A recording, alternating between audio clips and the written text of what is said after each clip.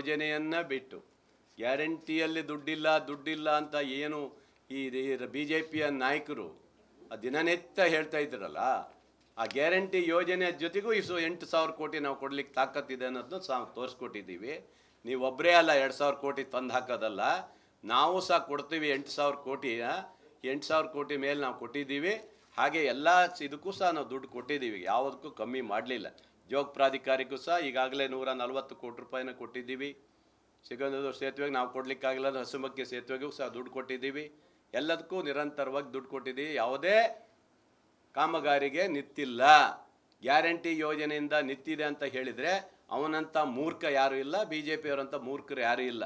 ಅವ್ರು ಸುಳ್ಳು ಹೇಳಬೇಕು. ಅವ್ರು ಬೇಳೆ ಬೇಯಿಸ್ಕೊಳ್ಳಿಕ್ಕೆ ರಾಜ್ಯದ ಜನರಿಗೆ ಹೇಳ್ಕೊಳ್ತಾರೆ ಅಷ್ಟೇ. ಯಾವುದೂ ಇಲ್ಲ, ಯಾವುದೇ ಯೋಜನೆಗಳು ಇವತ್ತು ನಿಲ್ತಾ ಇಲ್ಲ. ಬೇಕಾದಷ್ಟು ಕಾಮಗಾರಿಗಳು ಸಹ ನಡೀತದೆ. ಹಾಗಾಗಿ ಈ ಮೇಘಾ ಯೋಜನೆ ಇದು ರಾಜ್ಯ ಸರ್ಕಾರದ ಮುಖ್ಯಮಂತ್ರಿಗಳು ಮಾಡಿದ್ದಾರೆ. ಇದಕ್ಕೆ ಭಾಳ ಖುಷಿಯಾಗುತ್ತೆ, ಅಭಿನಂದನೆ ಸಲ್ಲಿಸ್ತೇನೆ. ಇದು ವಿರೋಧ ಮಾಡೋದು ಇದ್ದೇ ಇರ್ತಾರೆ ಬಿಡಿ. ವಿರೋಧ ನಿನ್ನೆ ನೋಡಿದ್ದೀನಿ, ಮಾಜಿ ಶಾಸಕರು ಹಾಲಪ್ಪನವರು ವಿರೋಧ ಇದೆ ಅಂತ ಹೇಳಿದ್ದಾರೆ. ಅವ್ರದ್ದೇ ಸಚಿವ ಸಂಪುಟದ ಜೋಶಿ ಅವರೇ ಮೊನ್ನೆ ಸ್ಯಾಂಕ್ಷನ್ ಮಾಡಿಕೊಟ್ಟಿದ್ದಾರೆ.